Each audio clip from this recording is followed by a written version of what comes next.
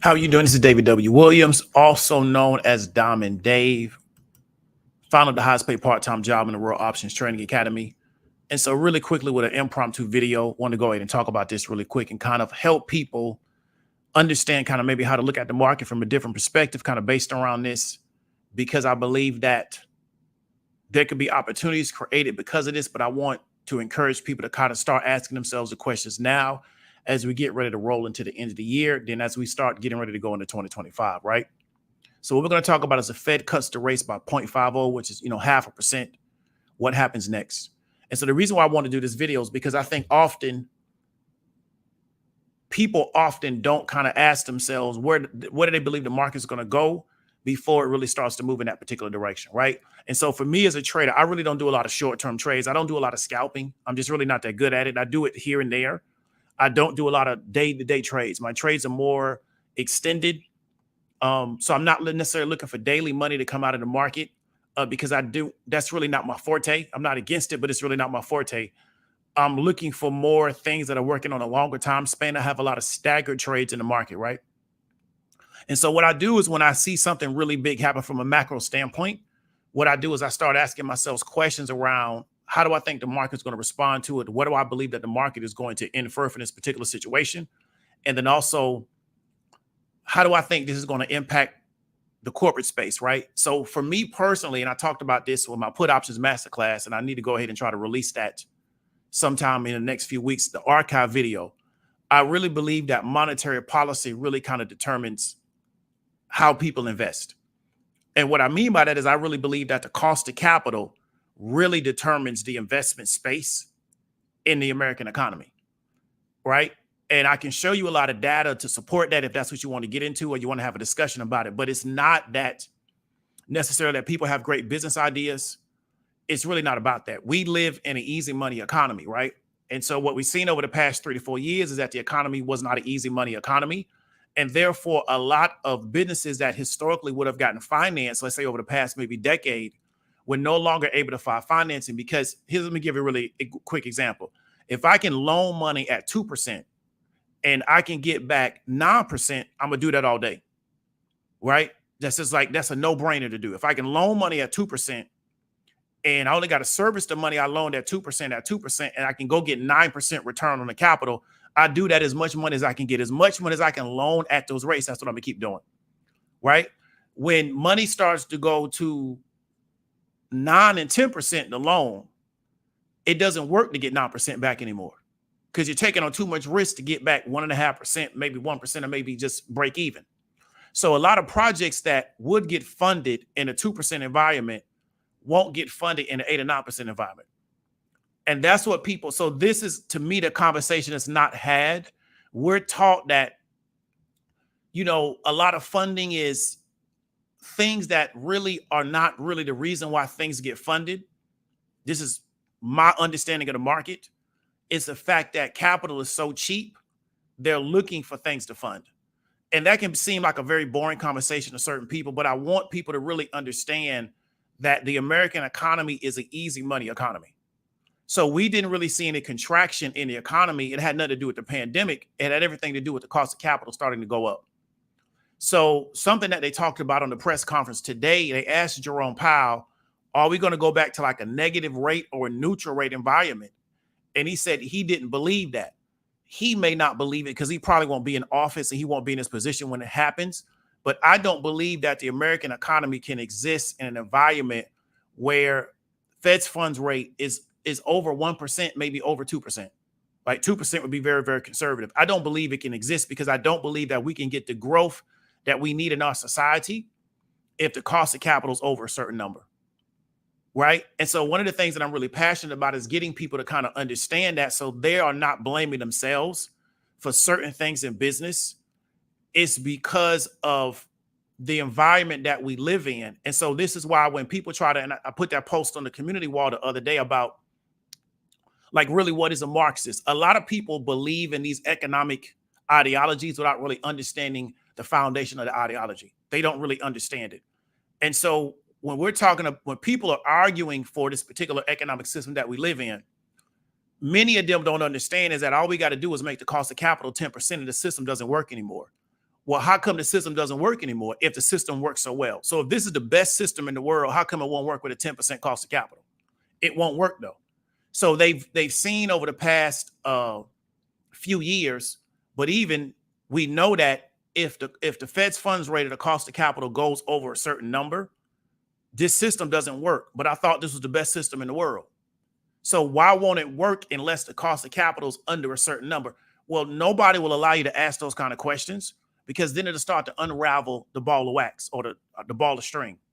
You're just supposed to argue over X, or, A or B or X or Y. So when you start to really understand these things, you can start to understand what direction that you believe the economy is getting ready to go. We call forecasting, because we believe that as they start to continue to lower the cost of capital, it's going to continue to open up the economy. That's not commentary. That's historical economic data. So I want people to understand the difference between the two. What I just said is not my perspective. It's not my belief system. It's not an idea I have. You can actually go look at economic data to understand that. Right? As we start to lower the cost of capital, you'll start to see, and I asked that as one of my questions, but historically, as we start to lower the cost of capital in the United States of America, with all of the things being equal, we start to get more growth in the economy. Because why? It's easier to finance growth. And growth in our economy is financed. It's not done with money in the bank. Right? It's financed. People finance growth, right? Because if I can loan money at X% and I can get a multiple of that as a return on capital, I'm going to do that all day. So I finance construction projects. I finance any kind of expansion. I got a video on my YouTube about capital budgeting, right? What is the return that we can get on a particular project? Does it make sense for us to do the project based on the return that we can get? Because most likely we're going to finance it. All these guys on YouTube that's teaching you fix and flip, they're financing it. Most of them are not doing it with the money out of their pocket. Even if they're buying a home with the money out of their pocket, some are, but many of them are financing the repairs. But a lot of people that's teaching you fix and flip, you know what they're teaching you? They teach you how to go get financing. Right? They're not teaching you how to do fix and flip with the money that's in your own pocket, because nobody does it that way unless they have a large amount of cash, right? Or like, what's them people out of Jersey? They running a scam. Because the question is that if this guy's an experienced real estate guy, how come he can't get his deals financed through the people that he's already been financing his deals with? You understand what I'm trying to tell you? A guy that's an experienced real estate guy shouldn't have to go to normies or newbies and ask them for money on deals. He should already have his people that he's working with. How has he done deals the past 10, 15 years? And now he needs some guys that have never done a real estate deal. He needs their money. But when you don't know these type of things, you get caught up in these scenarios. So that's one of the things I'm really passionate about, that what I'm trying to communicate to people is deeper than making a trade. Because I can't always make a trade. The trade's not always there for me. It might be there for somebody else. But the understanding of how these particular systems works, it gives me a better understanding of the market, so I can understand what direction I think the market is going. I believe the money will come over time. And if the money don't come from me, it'll come for the people that'll be here when I'm gone. But what we suffer from is a lack of understanding around these scenarios. So we allow people to get in front of us and tell us anything. So I want you to understand something. We cut the rate by 0.50. To me, that's the biggest story for the rest of the year. But look at what stories the mainstream media is going to continue to give you. They're going to keep talking about Haitians eating animals, because you're not supposed to understand these stories. You're supposed to go back and forth over Haitians eating animals, right? Or whatever. Right? So then when somebody says that, I was watching an interview, I was watching a little bit of debate, I want to say 2 weeks ago, last week. And Trump says to Kamala Harris, she's a Marxist and her father was a Marxist. Okay, but what does that have to do with anything? But I understand what a Marxist actually is. So my question is, okay, if she's a Marxist, which she's not, right? Because I know who finances Democratic candidates, and they're not going to finance somebody that they think is going to destroy their ability to make money. But let's say she is a Marxist. Okay, what does that have to do with anything? But I know what a Marxist actually is, so I can't be hot button. Like, that doesn't create fear in me. My fear is around other stuff, but you can't make me fearful of somebody by saying that this person's a Marxist. Okay, what does that mean? So when we don't understand what these particular things are, it's very easy to kind of get us off track. And then we don't necessarily kind of understand how to improve our situation in the world, because we don't understand these fundamental points. So that's pretty much going to be the opening monologue. I didn't want to be long-winded, but I want people to really understand the importance of what we're talking about. And a lot of what I'm telling you is not my opinion. It's not my perspective. I want people to kind of get one of the things that we've done in this particular world is we've destroyed education with everybody now having a microphone to just give their opinion. That's destroyed education because a lot of times education is not supposed to be based on your opinion. I can put my perspective on it, but 2 + 2 is always going to be 4. My perspective don't have anything to do with that, right? How much something weighs or the formula around gravity is still the formula around gravity, right? My opinion don't change that, right? When you have to form a sentence properly based on like American English, my opinion don't change that, right? Doing footnoting something based like on MLA, if that's the proper term to use it, my opinion don't change that. But we're in a world now where everybody got a microphone, so people think anybody talking, they're just giving you their opinion. Often I'm not trying to give you my opinion on stuff. I'm trying to get you to understand how these particular systems work so you can engage these systems and understand it. If I really gave you my opinion, you probably wouldn't want to hear what I had to say because my opinion often is going to be a lot more extreme than what many people can understand about a lot of these situations. So I often take my opinion off the table and just try to help you get an understanding. But a lot of what I do is not my perspective on the situation. It's based on how we looked at these things historically, how they actually roll out, and how these systems actually work. So the American monetary system historically, let's say over the past 20, 25 years, has been what we call an easy money system where the cost of capital is always under a certain number, right? And that's historically how this thing has worked for the past, let's say 15 to 20, maybe even 25 years. It hasn't been a I would say expensive money system to where we're talking about cost of capital over 5%. So we've seen over the last 2 years, the cost of capital got we'll say mid 5s, and a lot of people were struggling to get things financed. We started to see a lot of money come out of the economy. We started seeing a lot of companies start to contract their growth. Well, why would they do that if the system is operating as good as they say it does? They should continue to grow regardless of the cost of capital, right? But if I'm arguing over whether or not Haitians are eating ducks or whatever, I will never ask those kind of questions because my mind is focused on Haitians eating ducks. Not a focus is going to be Puff and his case, which if you actually read the documentation, he knew he was going to catch the case, which is why he tried to pay his house off because he know he need to put the house up on bail. But that's going to be the conversation for a segment of the population. So they're going to continue to roll out the narratives so they can do what they need to do and you stay out of their way, which is also part of how the system works. They don't want you in their way. So they got to figure out a way to distract you to get you out of their way. It's like when you're dealing with a child and they get upset about something, you give them something to distract them so you can go do what you need to do. That's really how they operate the system. They just give you something to focus on so they can go run the actual system because they got to run it. They got to operate it. And they don't want you in their way. So they just keep rolling out things to give you. And then if it gets crazy enough, they'll drop another Puff tape because they got all the tapes. So if things get crazy enough, they drop another tape, get everybody caught up in that, and they continue to operate the system. It's like dealing with a child that's getting upset. You give the child something to focus on. You just try to distract them with that. So you can go wash dishes or go do whatever you need to do because I just got to get this child distracted for 15, 20 minutes so I can go do something else, right? It has nothing to do with people seeing you as a child. I'm just trying to give you an understanding of that. It's just a way of creating a distraction in the society so the people that control the society can go run the society, right? But to me, this story is a really, really big story, right? So let's keep going. So what we see today is more interest rate cuts in 2024, right? Inflation's still high, but they said it's closing on the 2%.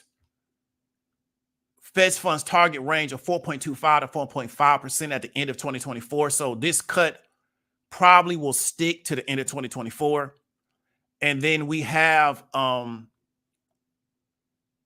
it looking for a cut, I think, to the mid 4s or maybe the low 4s by the end of next year, right? Here's a summary of economic projections. You can go ahead and read that, and it can kind of tell you, based on the data, looking at the dot plot, what direction that they think things are going to go going out to 2027. So we have in 2027, we're in the 3s, right? 2026, we're in the high 3s up into the 4s. So let's see how it plays out. I think personally that we're going to get lower than this by 2027, but let's see how it plays out, right? So let me link this in the actual chat for anybody that wants to pick that up. And then we're going to ask some questions around this and we're going to get up on out of here.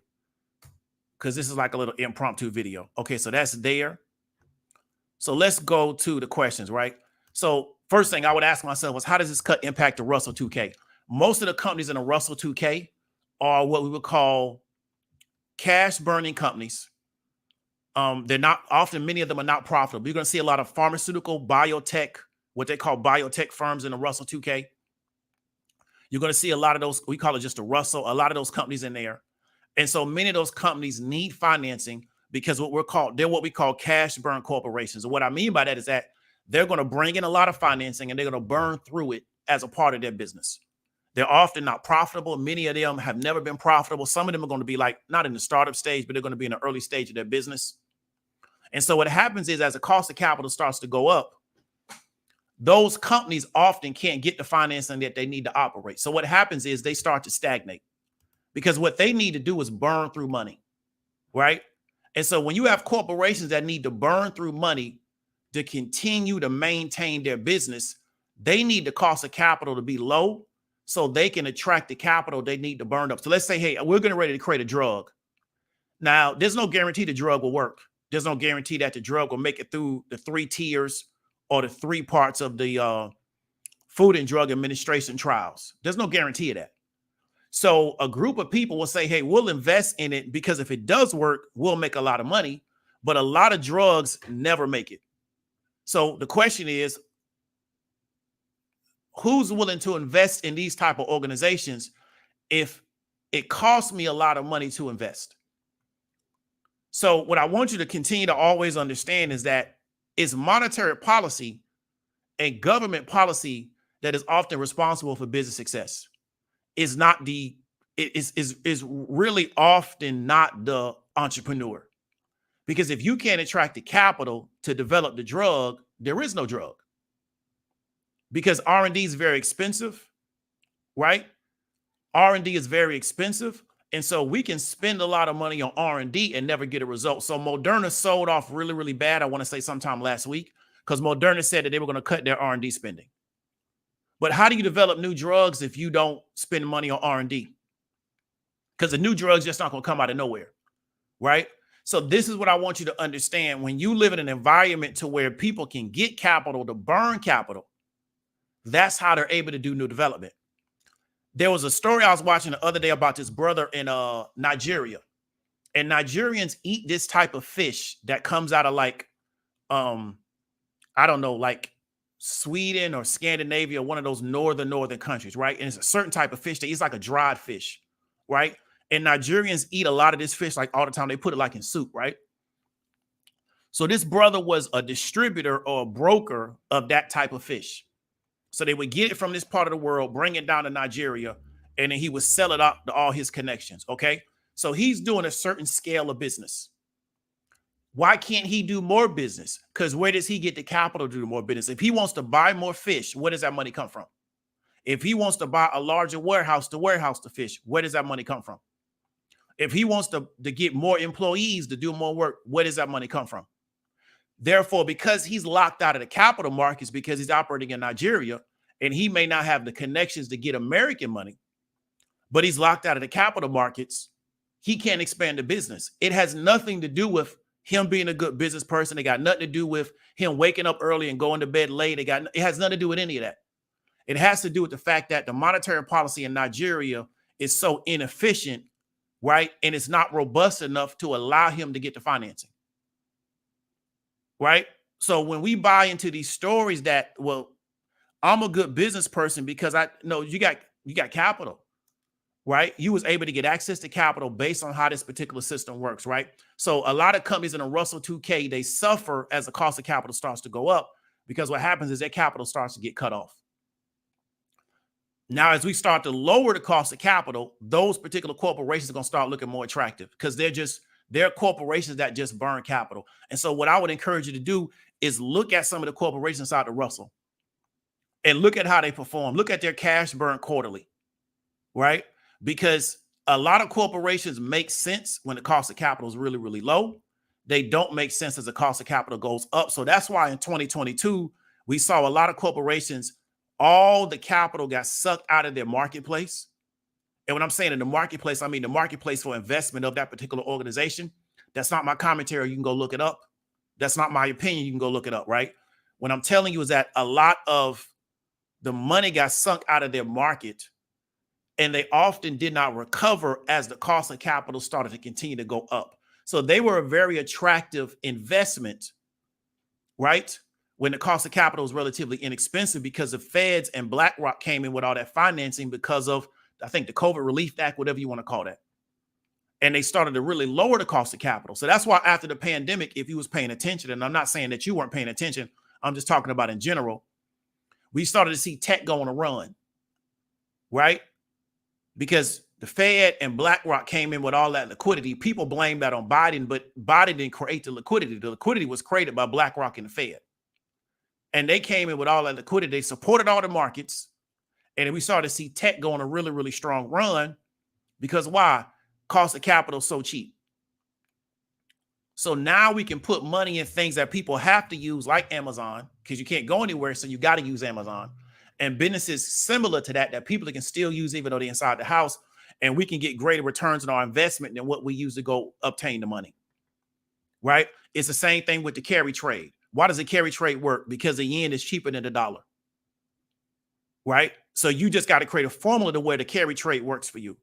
Once the value of the yen goes up, the carry trade doesn't work as good as it works if the yen is relatively inexpensive. So another reason why the American economic system works is because the yen is so cheap in comparison to the dollar. It's not the system. So let me give you an example. If the yen is equivalent to the dollar, America doesn't work anymore. So this is what I want you to understand. If the yen, that's not my commentary, that's not my opinion.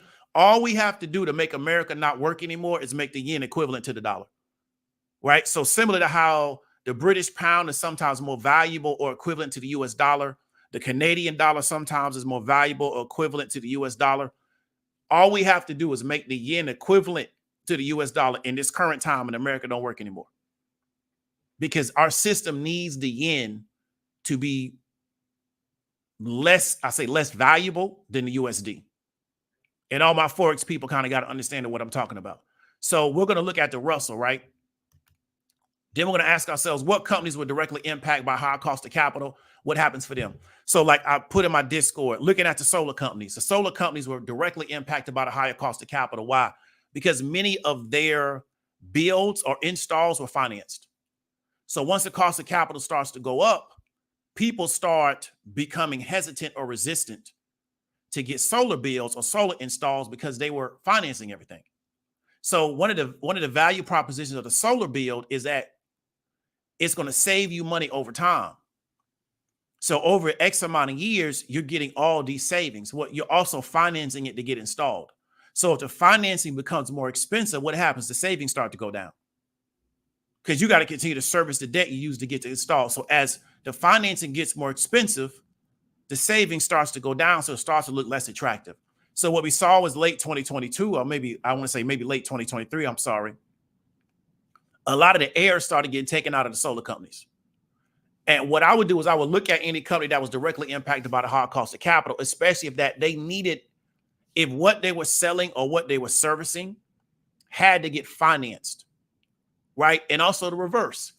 If I'm a company and even though the cost of capital was higher, and I know that what I sell was getting financed, as the cost of capital starts to go up, I would look to do more business because I was able to withstand the higher cost of capital, right? So looking at organizations like Train that sells like a durable good, how do they operate in a higher cost of capital environment? How do we think they're going to operate as the cost of capital starts to go down? Because many of them have what they sell financed by their consumer, right? Also, the question I'm going to ask is like, what is the balance between consumer spending and employment rates? So we know at a certain employment rate, we know at a certain consumer spending. If we look at now that the cost of capital starts to go down, and we believe it will continue to go down as we start to go into 2025, but we can get an employment rate to stay stable or even low key go down. And what I mean by that is we get less people unemployed. Historically, as we start to get ready to go into the fall, we find more people get employed because they got something that we call fourth quarter hiring for retail. People know that FedEx starts to hire a lot. UPS starts to hire a lot. Like a lot of businesses start to hire a lot for their Christmas rush, right? So it's going to take a minute for the lower rate to bleed through the economy. But how do we see the balance between consumers spending more and lower unemployment rates? Because if financing is less expensive or cheaper, and people are confident about the fact that they have a job, how would that impact their spending? So those are some of the questions, because many corporations, they're consumer, but they're B2C organizations. So they need to sell to an end consumer to make their money. So what's the condition of the consumer? And I would look at that from a data standpoint. I would like go on YouTube and let a guy tell me that like the real estate market's going to fall. He's been saying that for 4 years and it hasn't happened yet. But he's like Peter Schiff. And I was telling people about Peter Schiff, and I'm going to kind of go into that later. Peter Schiff makes his money doing what he does, right? But he got rich doing what he does, telling everybody else the economy is going to fall.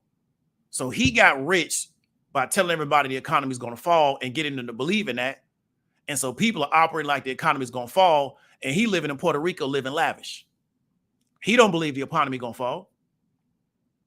So I want you to really understand that. So, I want to encourage people to make sure that they don't get caught in like binary, simplistic thinking around it, and really try to understand what's really going on, right? What rate do we think will spur corporate growth? So if we got a 50 cent, a 0.50 cut. So I guess we're at what, 5 or 4.75 now. Let me go look it up. What rate do we think will start to spur corporate growth? So let me give an example. I live out here in the metro Atlanta area. We have real estate bills the whole time. They never stop doing real estate out here, especially commercial real estate. Right? I know somebody else that lives out on the West Coast. They told me like over the past 6 months to a year, they've seen the area of the city that they live in build up commercially. When I had my first options training, I told people, I want to always encourage you to, when you're riding around your city, look at what they're building, because those bills are getting financed. I live in the Atlanta metro area. Nobody's building this stuff with cash in the bank. Nobody's doing that. These bills are too big. And I'm talking about these commercial bills. I'm not talking about residential, right? Nobody's doing this stuff with cash in the bank. This stuff is getting financed. So then the question we want to ask ourselves is at what rate do we think will spur corporate growth? What rate do we think will make corporations say, hey, you know what, it makes sense to start hiring people now? And so I would look up like historically what rates were in the economy that spurred corporate growth. Like what was going on in the economy? What are some of the indicators, the key KPIs, the key performance indicators? Can I create certain data points? Like let's say, hey, the dollar was at this particular level. Fed's fund rate was at this particular level. Unemployment was at this particular level. And then all of a sudden, corporations started hiring people more. Because then if that happens and we go into a hiring boom, people often will spend more money when it's easy for everybody to get a job. Because people are not worrying about where their next dollar is going to come from. It's easy to get jobs. Jobs are relatively easy to obtain. What I've seen in my experience is that people often start spending more money because they're very confident about their economic future.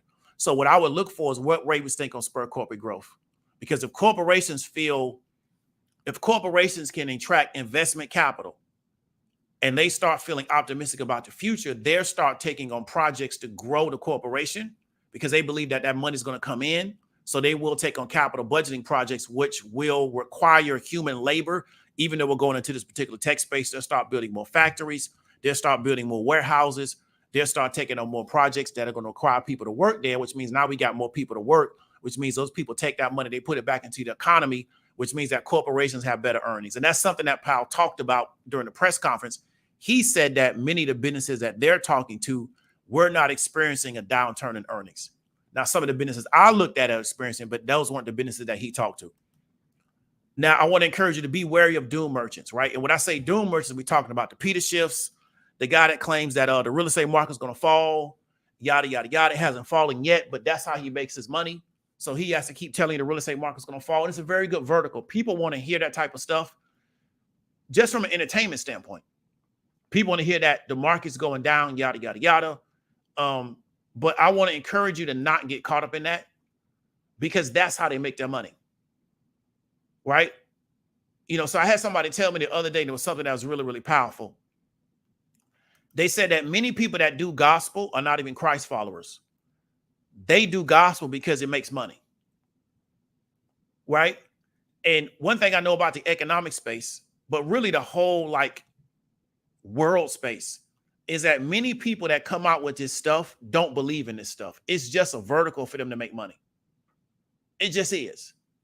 They don't really believe in this stuff. It's just a vertical for them to make money. You know, so Peter Schiff is a quote unquote a gold bug. Cool. But his wealth is not in gold, it's in dollars. It's in real estate. His wealth is not in gold. But he has a vertical around the Fed being bad, the US economy going down, yada, yada, yada. That's made him very, very successful financially. But it gets people, to me, fearful of the economy and fearful of understanding, because they are buying into a narrative that's really not about them improving themselves and positioning themselves. Because let me explain something to you. I want you to understand this. I'm not against gold. But if this American economic system goes down, what makes you think somebody's going to take gold for goods and services? What makes you believe that? So why do you think gold has any value except to maybe you personally? And I'm not saying it doesn't have any value. What I'm saying is that if this economic system falls, why do you believe that somebody will take gold and silver in exchange for goods and services? And then how do you, I would not say, how do you, I don't know if I have the proper terms. How do we facilitate the movement of gold and silver across an economic system? Right? How do we do that? So I'm not saying that it doesn't have value. What I'm saying is that how do we go from a person has gold bars in their house, the economic system falls, I need to buy food, I got gold bars in my house. How do I take the gold bars and turn them into something that can be transferred into something else that I can now use to go get food? Because I just got gold bars. You understand what I'm trying to tell you? So one of the benefits of a currency is it allows movement across economic systems to obtain goods and services, because the goal of our currency is to facilitate transactions. Gold is really not designed to facilitate a transaction. So when we understand the real value of money and what money's really for, it's not my commentary, it's not my opinion, it's to facilitate a transaction. So let me give an example. You need to get surgery, right? The surgery is a $20,000 transaction. So what does it mean? It means you need $20,000 to facilitate the transaction of the surgery, because the surgery has a certain value on it. And then you can go get with like an accountant, especially like a managerial accountant, and they can show you from a managerial accounting standpoint every part of that surgery and the dollar amount attached to it. They have the ability to do that, right? I understand it from a conceptual standpoint, but I can't do it. But we can go sit down with a managerial accountant and have them say, okay, we need to have surgery. We're going to make every component of the surgery, we're going to attach that to a dollar amount, right? Even the labor associated with the surgery. And then we're going to come up with a number, and then you need dollars to facilitate that transaction, right? So the question is that if you got gold or silver, how do you facilitate that type of transaction with gold or silver? Because even if you give the doctor gold, he now got to figure out how to take the gold and turn it into dollars for his people. Another question. Well, how come you know that somebody in another part of the country even wants gold or silver from you? What if they say, I don't want gold or silver, I want I don't know, I want peanuts. Where do you get peanuts from? I got gold and silver, I want gold, so I want peanuts. So the goal of a currency is to create something that everybody can use universally to facilitate transactions and to obtain goods and services. And it's universal across these particular borders. But I live in the state of Florida, right? Let's say hypothetically, I was living in the state of Florida. I want to go do business in California, right? I go to California and say, I need so many oranges or so many strawberries or so many lemons. And I got gold or silver, right? They say, well, we don't need gold or silver. We got enough of that right now. What we need is peanuts. Well, I got to go to Georgia now to get peanuts, to go back to California, to go try to exchange that, and hope that is not such a lag in time to where the oranges, the lemons, and yada, yada, yada, what I want is still over there by the time I get back. See, so it creates a lot of inefficiencies in marketplaces to where everybody's using a different currency to try to facilitate transactions. It makes it easier for everybody to use the same currency. So gold and silver really will only be valuable if you can get everybody to agree to use on it from a currency standpoint. Does it have a value? It does have a value, but the value of gold and silver is always correlated to the value of the dollar. So what we also expect as the dollar starts to become less valuable, that people will start to perceive gold as more valuable because many see gold as a store of value. But gold has not been a currency for a few hundred years. It just hasn't. And you can kind of go research like the Templar Knights and how they were able to facilitate a lot of movement across gold, which got them in trouble with the Catholic Church, yada, yada, yada. That's a whole nother story. But what I want people to really understand is a lot of these doom merchants, they really don't believe in what they're telling you. They just understand that it's entertaining for people. And it is. Just like a lot of these guys are talking all this space stuff. And, you used to be a dragon 1,000 years ago and the Nephilim and all that stuff. They don't believe in this stuff, bro. They just know it's entertaining to people. It's just entertainment. But it can often make it difficult for you to understand what's going on around you, because sometimes in life, we could have a certain belief set around stuff. And then when new information comes out, we have to sometimes get rid of that other belief set that really wasn't really based on anything real to then understand what's actually going on. You see what I'm saying? So if I believe that planes fly across the sky because it's magic, and I really, really believe that, when it's time for me to learn the mathematics of flight, I now have to stop believing that planes fly across the sky because it's magic, because it's not magic. It's physics, right? It's applied engineering, things of that nature, but it's not magic. Planes don't fly because it's magic. But there was a time in the world people would believe that, right? So what I really want to encourage you to do, and kind of what I want to talk about, and I didn't want to ramble, is really understanding how the economic system and really the monetary system actually works. And it's really not that difficult, in my opinion, right? And what I'm gonna try to do is help simplify it for you, right? To get you to understand it. It's about cost of capital. It's about monetary policy. And the monetary policy really determines the state of the American economy, right? So it's government policy plus monetary policy. While other corporations fail at creating really robust economic systems, is because their government policy is trash and their monetary policy is trash. Nigeria is a great example of that. It got nothing to do with color of skin, because Ukraine's another great example of that. And their skin color is totally different. It's a combination of monetary policy and government policy. The reason why a lot of those South American dictatorships didn't work in the 70s and the 80s, because of a combination of monetary policy and government policy, why it didn't work, right? Now, there's other things attached to it, but it's often those two things. So it's not the economic system that people buy into. That got nothing to do with it, because America's a planned economy, whether you know it or not. That is true. And people say this stuff was planned out. It is 100% planned out. It's not organic. Economic systems are not. Nobody really wants to live in a purely competitive economy, because it crushes your margins, right? So economic systems are planned. So right now we got a 0.50 cut. That's a plan. That's not just organic, right? It's not just organic. It's a plan.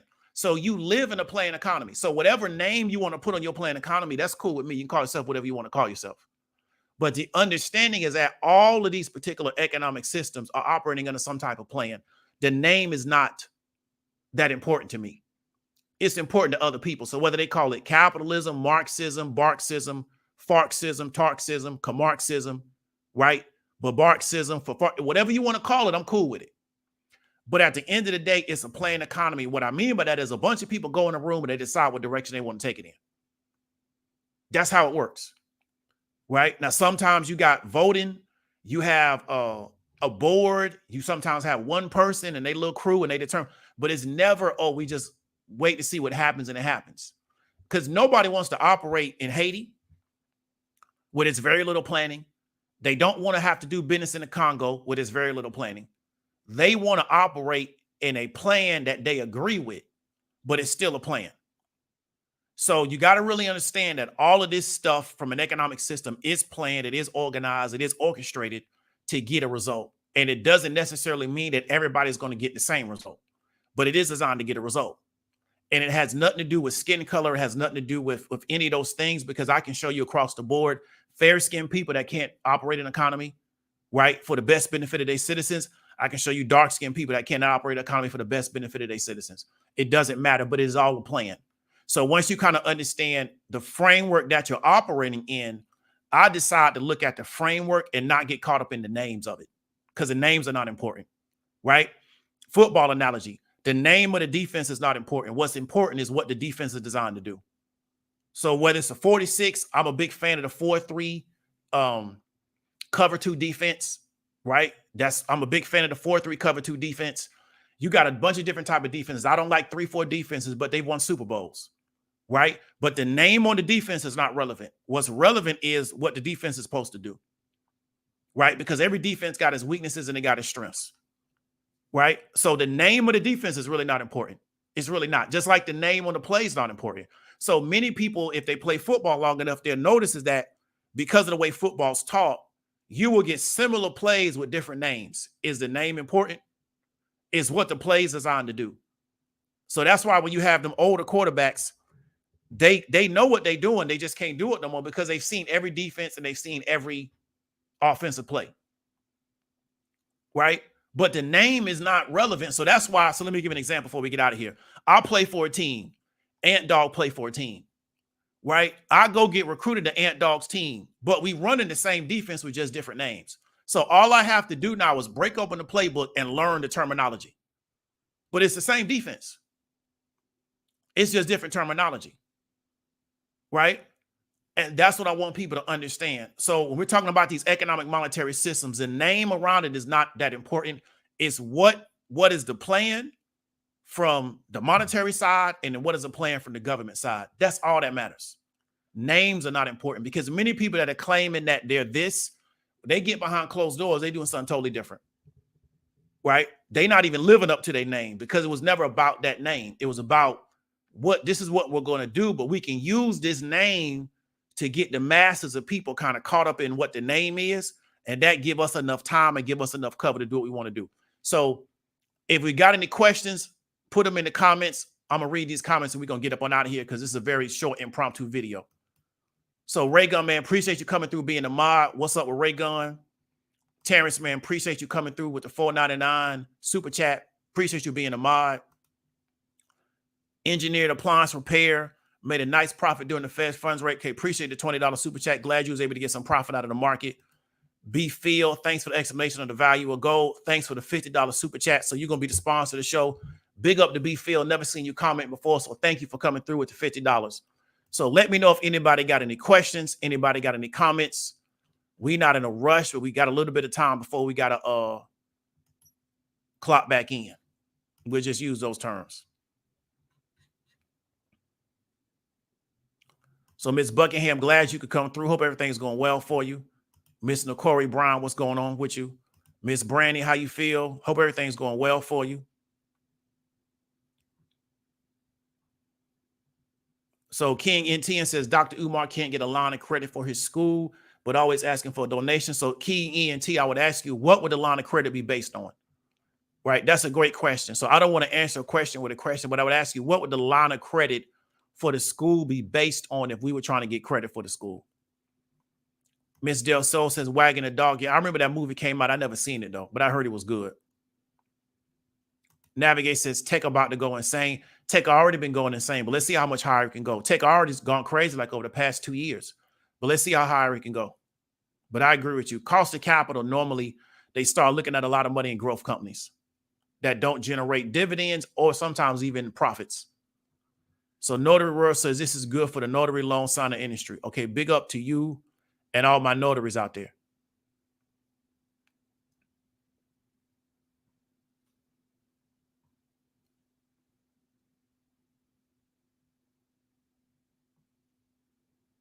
So Purple Z says Jim Cramer is another one that gives questionable advice on a large platform. Well, he doesn't give financial advice. He's an entertainer. He doesn't give advice. Just like I normally don't give commentary, right? I give my perspective based on what I believe is historical data, right? Or systems. But Jim Cramer does not give financial advice. He's an entertainer, right? That's his job. Most people on television are entertainers. I don't care what the entertainment vehicle is. They're entertainers. So Glenn Beck is an entertainer. Some people think Glenn Beck giving them high level game. I don't. I think he's an entertainer. But you know, it is what it is. I'm not gonna fight nobody over it, right? So it just same thing. What's the guy who's heir to the Swanson fortune? Tucker, entertainer. So Jim's in the same group with him. Jim Cramer does not give advice. He is an entertainer. There used to be a disclaimer on Mad Money at the beginning of the show to let you know that this is not advice. This is strictly entertainment. Right? I haven't watched that show in years, so I don't know if they still do it. But yeah, Jim Cramer is an entertainer. He used to run a fund. He's wealthy. He got wealthy off entertainment. He was doing well off the fund, but when he jumped to the entertainment side, that's where that real paper at. Right? That's where that real bread is at. So King EMT. So I have no idea, because with the fame and ability to talk, I don't know why he wasn't able to get a big investment to build school. So we talking about a line of credit, or we just talking about just investment? Because normally a line of credit comes from banks. So the question would ask is that what would a line of credit be based on? Right? So when I got my business credit, it had to be based on something. So then the question is, what would a line of credit be based on? Right? So we're going to look at this from like a learning standpoint.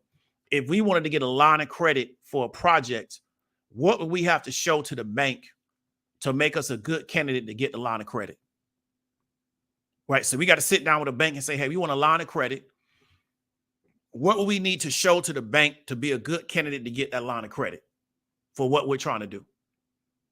Right? So let's turn this into a learning situation. So what will we need to do to get to the bank? Okay. So that he can pay the money back. Well, how would they know he can pay the money back? How would he show them that he can pay the money back? Like, what would he need to provide to them to let him know that he can pay the money back? Right? So Taylor D says income and profit. Yeah. So he got to show some type of revenue. So then the question is, what revenue was there to justify the line of credit? Because he has to show that he has the ability to service the line of credit. Right? So what revenue's there? See what I'm saying? So those are the things. So the question I would ask is that what revenue has been generated to justify a line of credit? Right? Because that's normally what you got to show. You got to show profit and loss, or show something, show income statements. You got to show something to get a line of credit. So then the question is, if that's not there, that may be why he couldn't get the line of credit. So this is a good way for us to like do a problem solve and kind of answer our own question. Right? So then we ask ourselves, well, why come he didn't get a line of credit? Well, then what would he need to do to go get a line of credit? Then we can just research what is necessary to get a line of credit from a bank. Then we can find out what's necessary to get a line of credit from a bank. Then we can ask ourselves, well, does the school have those things? The answer would be either yes. Then we can ask, well, why come he wasn't able to get it? If the answer is yes. If the answer is no, then we know not why he wasn't able to get the line of credit. So it's a kind of like a good framework for us to learn how to solve our own problems. We ask the question, and then we go do the research on what are some of the elements around getting this particular thing done. Right? Because when I got my business credit, I had to show those people certain things, right, around me getting my business credit. Some places give you business credit and you don't have to show it, but it also kind of depends on the economy that we're in. Right? Similar to when you go buy a house. We're out of the days of doing stated income to get a house. That was at one time you could do that. Now to get a house, you got to show them a lot of paperwork showing that you have the ability to service that loan, right? Because the bank don't want the house. Banks don't want houses at all. Banks make their money selling money. Banks don't even like houses on their books like that. GC, what's up with it, man? Income, collateral, credit score, definitely got to show some kind of income. I don't know if the actual location will be even considered collateral, because I don't know if they own the location. So that's another issue.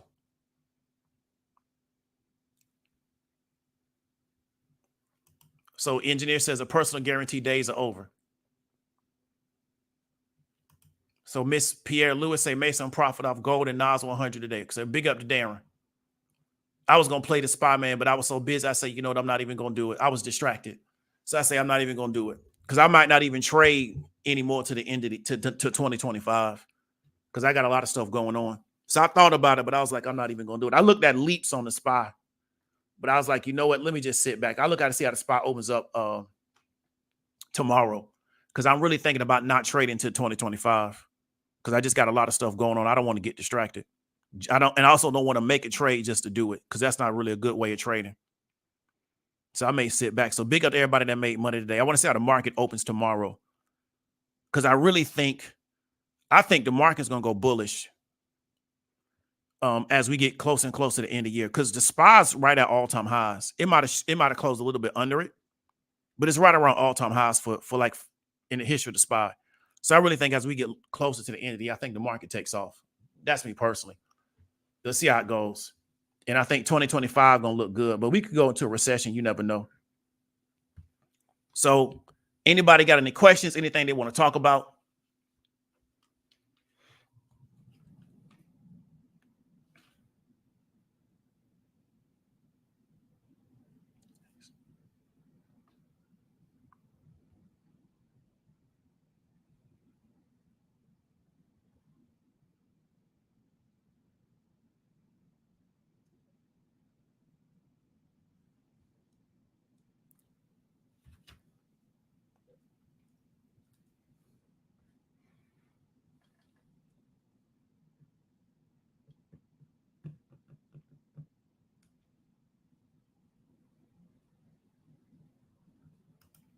So Taylor D says, waiting to see how SPY moves for the rest of the week. The rate cut makes the economy look weak, but simultaneously provides a lower cost of capital for folks to invest more money into the market.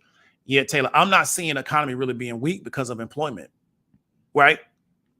So I think we got to just kind of see how earnings come in, right? But I'm looking at the employment. Is the employment, what you at 4%? 4% still relatively low, in my opinion, right? Now, I'm not like trying to diminish anybody that has lost their job. So I don't necessarily really see the economy really being weak. But it kind of depends on maybe what aspect of the economy a person could be looking at. But let's see how. I think that may be the last cut for the year. I don't think they're going to cut again in December. They may, though. You never know. And then we'll kind of see how we go into 2025. But I don't really see the economy as really weak. But I know that the market is one thing and the actual economy is different. But I need to see weakness in the economy and earnings. And I'm seeing that in certain corporations, but I'm seeing their customers going somewhere else, not necessarily not having the ability to buy. So like Dollar Tree, Dollar General, their customers are going to Walmart. But it's not as if nobody's buying, right? Restoration Hardware had a good earnings, really good, surprised me. So they shot up and they deal with a higher end customer, right? So I'm not really seeing it yet in earnings. I want to see it in earnings before I start to believe in it. I want to see people not buying, turning down buying, right? In the overall economy, because you kind of never know how this thing is going to play out. So appreciate everybody for coming through. We've been here about an hour. I thank everybody for giving me their time. I know it was an impromptu and it's a Wednesday afternoon. A lot of people just still getting off work.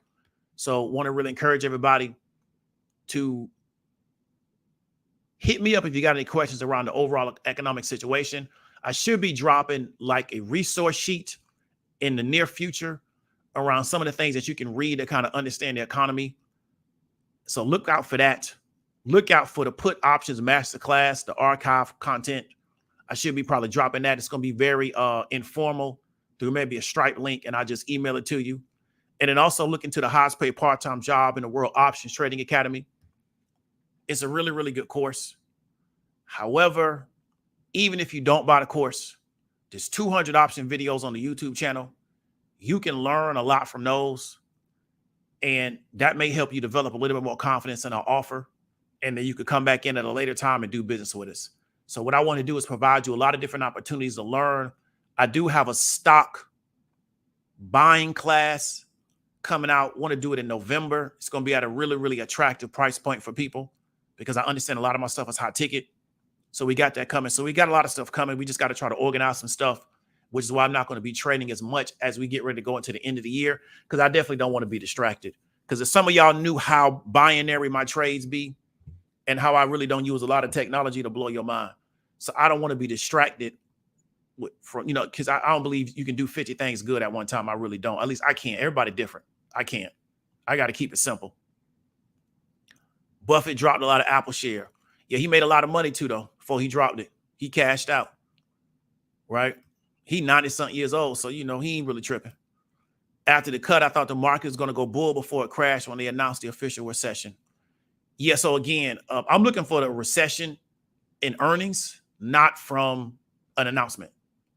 So I'm looking for it in earnings, and I'm not really seeing it in earnings. right? So one thing I've noticed since I've been in the markets is that there's two sides to a lot of economic data. There's a political side and there's the actual like market side. And so what I'm looking for is a recession in earnings, right? As opposed to recession in this particular agency or these people on the internet who get their information fed to them from somebody else are saying that it's a recession, right? Now, when they want people to believe it's going to be a recession, they just going to start saying recession all the time. But if you notice, it's not a recession for everybody. It's just a recession for the people that buy into that. So, you know, that's something about me. And I want to continue to and communicate to people, like really understand who you're getting your news from and how that news is being originated. Because a lot of these people, man, they're entertainers. And I'm going to keep telling you that. So if you don't understand anything about me and you don't learn anything from me, you may never learn how to trade from me.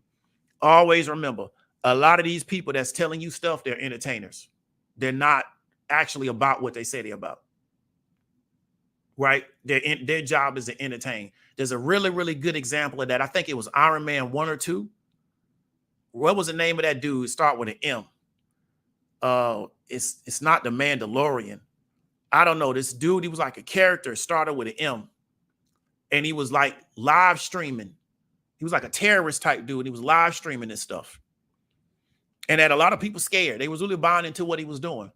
And then when Iron Man finally found out where the dude was at and got next to the dude, it was a set. This stuff was never real. It was entertainment. The Mandarian was a Mandarian. It's a Mandarian. Appreciate that, Benji. It was a Mandarian, bro. It was a set. This stuff was orchestrated to get people to buy into it, and people bought into it because it was just real compelling. But it was a movie. It was never real. So that's what if you don't learn nothing from me, let me tell you something real quick before we get out of here. I used to work in production. So let me tell you how production work in news. We come in, I used to do camera. So we come in, right? We set up the little studio. The producers are pulling the news off the AP feed, right? So one day I'm going to do a video. I may put this on the Patreon about where news actually comes from. So the producers is pulling news off the AP and the Reuters feed. The AP and the Reuters feed are these news publications that they pay subscription services to, right? Because if you're looking at like your news, unless they have reporters in the field, they don't generate their own news stories. So what they do is they subscribe to Reuters or they subscribe to AP, and there's another news subscription service they apply to, and they get their news because Reuters, AP, and this other place, they have reporters out in the field. So the game's a little bit different now because of the internet, and a lot of news is generated organically through the internet, but there's still people out in the field, right? So they subscribe to these people. So the producers sit at this table with their computers and they pull stuff off the Reuters, they pull stuff off AP, right? And then what they do is they put together what stories they want to talk about today. Then what they now do is they type the text in, right? So what I'm saying is that the actual copy that the person is going to read, they type it. This is done by the producer. So the producers type all the copy into a computer, right? So this is what the person is going to read. And then when we go live, they're reading a teleprompter and they're reading the story that was typed by the producer, right? Who pulled the story off. So I want you to understand something. They take the overall story. So let me give an example. People may have heard about how those people in southern Lebanon is having their electronic devices blown up. So it was pagers one day, then now I heard it's walkie-talkies, right? Okay, so this is going on in southern Lebanon. They having their devices blow up, right? So that's the story. Then what they do is they take the elements of that story, right? They report the headline, but then they add their own commentary to it based on who their audience is. So what I want you to understand is this. Fox News, MSNBC, whoever. So we got two different publications on two different sides of the spectrum. Fox News, MSNBC. They all get their news from Reuters and AP. Same news. But the producers write different copy based on who the audience is. Then the person sitting in the seat, their job is to be compelling about reading that copy. That's their job. Right? And if they're really good at that job, they can make a lot of money. They get their own show, and then now they get their own production team to do the exact same thing. See what I'm saying? So my situation is different because I got to produce my own show, come up with my own content, yada, yada, yada. When you get big like that, you have a team of people. Their job is to do all of your job is to get in front of the camera and perform. That's why it's always worrisome to me about people buying into performers, right? So I'm going to watch that movie with Denzel in Rome. You know what I do know, though? That's not Denzel in Rome. That's a movie, right? That's not Denzel Washington in Rome. That's a movie, but I'm going to watch the movie, right? I watched $1 Million Heist, the first 2 episodes of that, I want to say last Friday, with Kevin Hart, Samuel L. Jackson, Taraji, and I forgot the other dude. Okay, it's a good little situation, good little series, right? But that's not them in Atlanta in the late 60s, early 70s, because we in 2025 right now. I'm sorry, we in 2024. My bad. I'm ahead of time. So that's a movie. That's not real life. So it's always worrisome to me to where when people are watching stuff, they're watching entertainers and they're taking what that entertainer's doing as real life. No, it's entertainment, bro. That's not real. These people are entertainers. You see what I'm saying? I've seen Tucker Carlson go from libertarian to conservative, the conspiracy theorist over the course of 7 or 8 years, because that's what he was making his money at. Because he came to my college and he was the MC, the master of ceremony for Ron Paul back when they wouldn't let Ron Paul in the RNC convention when they had it in Tampa. So Ron Paul had his convention at my college. Tucker Carlson was the MC for that. That's when he was telling everybody he was a libertarian. Then he turned into a conservative because he was on Fox. Now he's a conspiracy theorist. He's an entertainer. So I can't go by so much because I know his goal is to entertain. It's not, I'm going to actually give you the real information. It's just entertainment, bro. So I'm always wary of entertainers and what they have going on because I know Denzel Washington's here to entertain me. Denzel Washington never told me the stuff he's doing is real. So that's why when I see him go character to character to character to character to character, I'm just buying it. I like the production, but I don't leave thinking, oh, that's really a representation of Rome. No, it's just entertainment, bro. Because he's very versatile in what he can do because he come out of theater. So he can do all the Shakespearean stuff. Then he also can do television, but he really can do movies. So that's why when you see him do Othello and Hamlet, he gonna kill it because why? He come out of doing theater. He's a classically trained actor. So he can do anything. His son a code actor too, but his son just name ain't up there yet.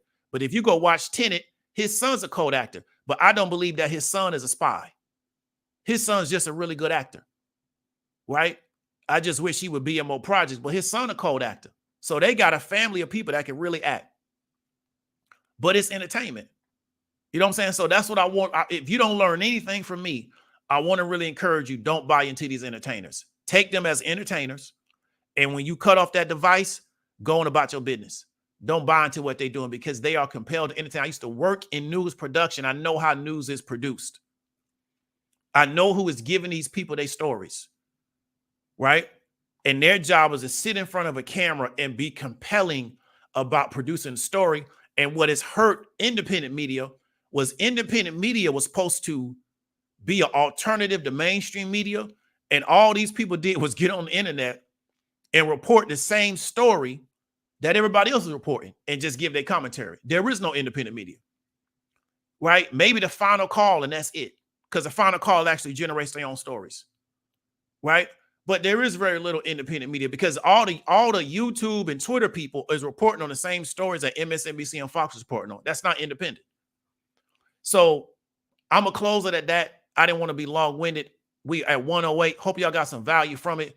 Stay safe, man, and talk to y'all later.